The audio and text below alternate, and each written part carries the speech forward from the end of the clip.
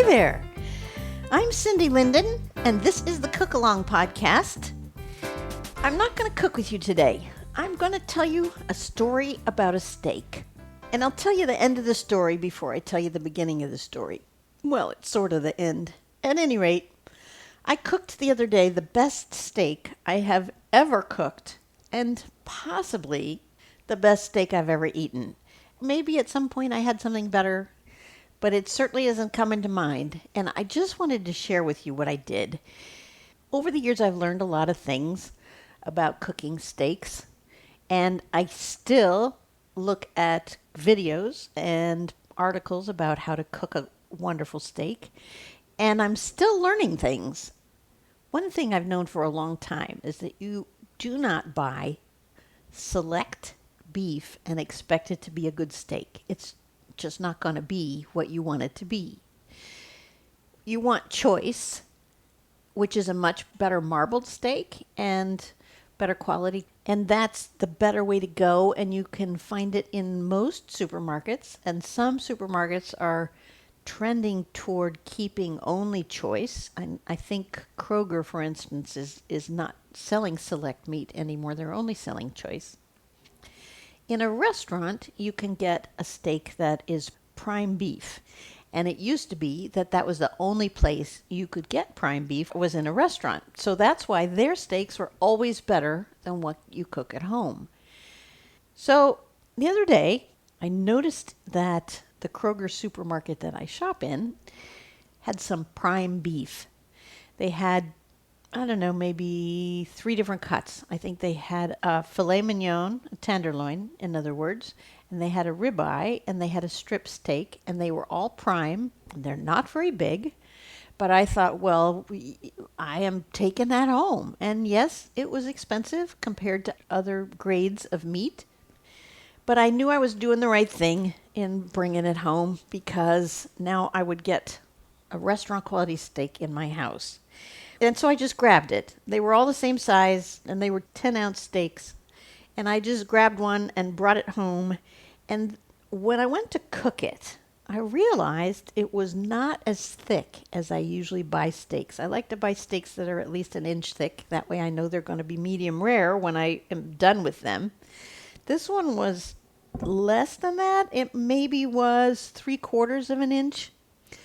And so the ways that I have cooked steaks in the past were not going to work for this steak because it would be overdone. So I want to tell you what I did because I want you to do it too. It was so marvelous. This steak was so good, and I didn't do anything that you couldn't do at home if you have a cast iron pan. And that's kind of one of the secrets to a really nicely crusted steak. The other thing, of course, is you don't want to overcook it. And if you aren't eating your steaks medium rare, then you don't probably need to listen to this. Although, I guess if you left it on a little longer than I did, it might be okay. So I keep seeing these videos where it says cook your steak in butter. And again, I'll tell you more about that later. But right now, I'm just telling you the story about making this steak. So the first thing I did was take my steak out of the packaging and season it really generously with a Montreal steak seasoning. The one I use is made by, let me just double check here. It's McCormick Montreal steak seasoning, pretty generally available most anywhere. And I really pile it on. Okay, I don't want you to think I made a rub out of it. I didn't. But I knew that the salt and pepper that are in there would really help with the steak. So I used it pretty generously, and then I flipped it over, and I used it pretty generously on the other side as well. And then I just let it sit for maybe, less than 10 minutes probably, while I was heating up my cast iron pan. Once the cast iron pan was really hot, I threw in a tablespoon of butter and some sliced garlic. Now, I didn't chop it. I didn't mince it. It was just sliced, so it didn't take me as long, and that was part of my reason for doing it that way instead of mincing it, which I usually do because it spreads out better.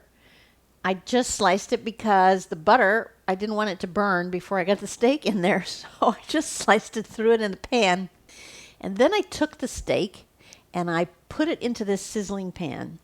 And I cooked it on one side. I probably don't think it was even 2 minutes. It was maybe a minute and a half. And it was just enough to get it kind of crusty on the bottom so that it wasn't sticking to the pan. I did lift it up to peek at it to see that it was brown on the bottom. And then I flipped it over. And I did about a minute and a half on the second side. When I flipped it to the second side, I put in another tablespoon of butter. And I started spooning some of that browning butter over the top of the steak as it was cooking. So this is the side that's already cooked, right? It's facing up, and I'm spooning some melted butter over the top of it. And then I turned the burner down a little bit, and I threw a lid on the pot, and I cooked it maybe another minute and a half. And I knew, as we all do, that it was going to be better to undercook it than overcook it, because undercooking it, you can always throw it back on. But once you overcook it, and it was a prime steak, and it was 10 ounces, and it cost me $15, and I was not going to mess that up. So I leaned toward undercooking it. So at this point, it had maybe less than 5 minutes on the heat. And I pulled it off, and I set it on the plate. And it just sat on the plate for 10 minutes because, particularly with a ribeye, you know you have to let it sit, because what happens then is all the juice redistributes itself. And so as it kind of finishes cooking off the plate, the steak actually becomes juicier as it sits. And don't worry about getting cold. It isn't going to get cold because it's still got heat in it from that cast iron pan. So then it sits there for 10 minutes, and then I took the butter that was still in the pan, because the pan was still hot enough to keep it melted, and I poured the butter and the sliced garlic over the top of the steak. And that's the whole story. And it was the most incredibly good steak I have ever cooked, as I said, and maybe the best one I've ever eaten, bar none, including ones I've spent a ton of money on in restaurants. So I just wanted to share that with you. Now, on my website, which is thecookalongpodcast.com, I have 2 blogs about cooking steaks. And they're both very true, okay? One of them is called Perfectly Cooked Steak Every Time. And I recommend that you check it out because for a thicker steak, it's absolutely, truly a great way to cook a steak. The second one is called Perfectly Cooked Steak Part 2 from Frozen, which is what you do if your steak is still frozen when you want to have a dinner and you want to have a steak and you have about an hour before you need to eat. So you don't defrost it, you just cook it from frozen. And that also turns out a really, really good steak, perfectly cooked, as it says in the title. But again, that is assuming that your steak is at least an inch thick and maybe even an inch and a half, which is kind of what I like to do. So go ahead and check those out. I still stand by their accuracy as really good methods of cooking steaks. But if you have a thinner steak, I'm going to go over the steps, okay, one more time. Season the steak. If you don't have Montreal steak seasoning, a little, just salt and pepper is going to be great. You could throw on some onion flakes or garlic powder or whatever you've got if you want to. Season it, let it sit for just a few minutes while your cast iron pan is heating up to medium high. You want it pretty hot. Then you're going to throw a tablespoon of butter into that pan. When it's melted, you're going to throw in 1 sliced garlic clove, and then you're going to put your steak in there. You're going to cook it for about a minute and a half, and then you're going to pick up the steak with tongs, not a fork, use tongs, flip it over, put it on the other side. When you turn it over, you throw in another pat of butter, cook it for another minute and a half, turn down your heat to like medium low. I may have even turned mine completely off. I think I turned mine completely off. That is what I did, because I have an electric range, and it's a glass stovetop. So the residual heat did what I needed it to do. So I just turned mine off at that point and put a lid over the pan and let it sit for another minute and a half. Take it out of the pan, put it on your plate, and let it sit for 10 minutes. It's going to give you an incredibly flavorful, that's what I'm trying to say. It was the most flavorful steak I think I've ever had.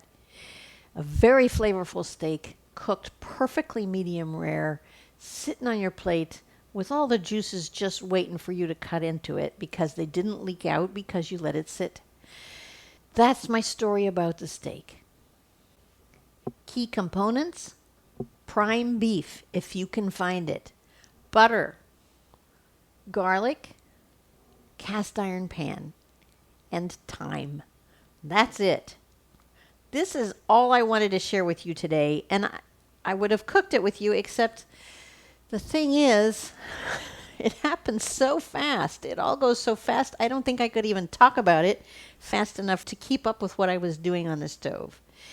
And then, when it's done, you don't want to stand around taking pictures. You want to eat it. You're going to eat it. You're going to eat it now. I'm sorry I didn't take pictures of it, because, oh my goodness, it was beautiful. But it wasn't as beautiful as it was tasty. If you have any questions, please contact me via my Facebook page. Just go to facebook.com and type in the Cook Along Podcast, and you'll find me. I would also ask you to talk about my podcast with your friends. Tell them that you listen to the Cook Along Podcast. Word of mouth is my best advertising. It's really the only advertising I do. So I would love to have you tell your friends so we can get more listeners to this, because I think what we're doing together is really fun.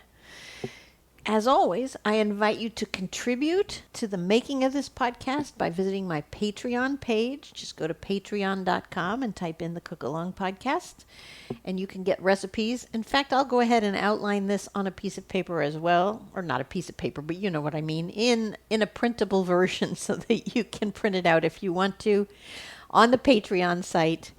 And you type in the Cook Along Podcast there, and you'll find me. Good luck with your steak. Let me know if you have any other tips. Keep watching cooking videos, because that's how I learned about the butter. And some people put fresh herbs in there as well with the butter. A little fresh rosemary or a little fresh thyme when you put that second pat of butter in would be fabulous. And then that gets spooned over the top of the steak as well.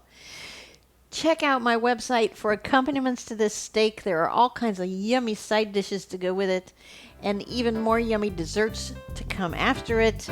And until next time, happy cooking!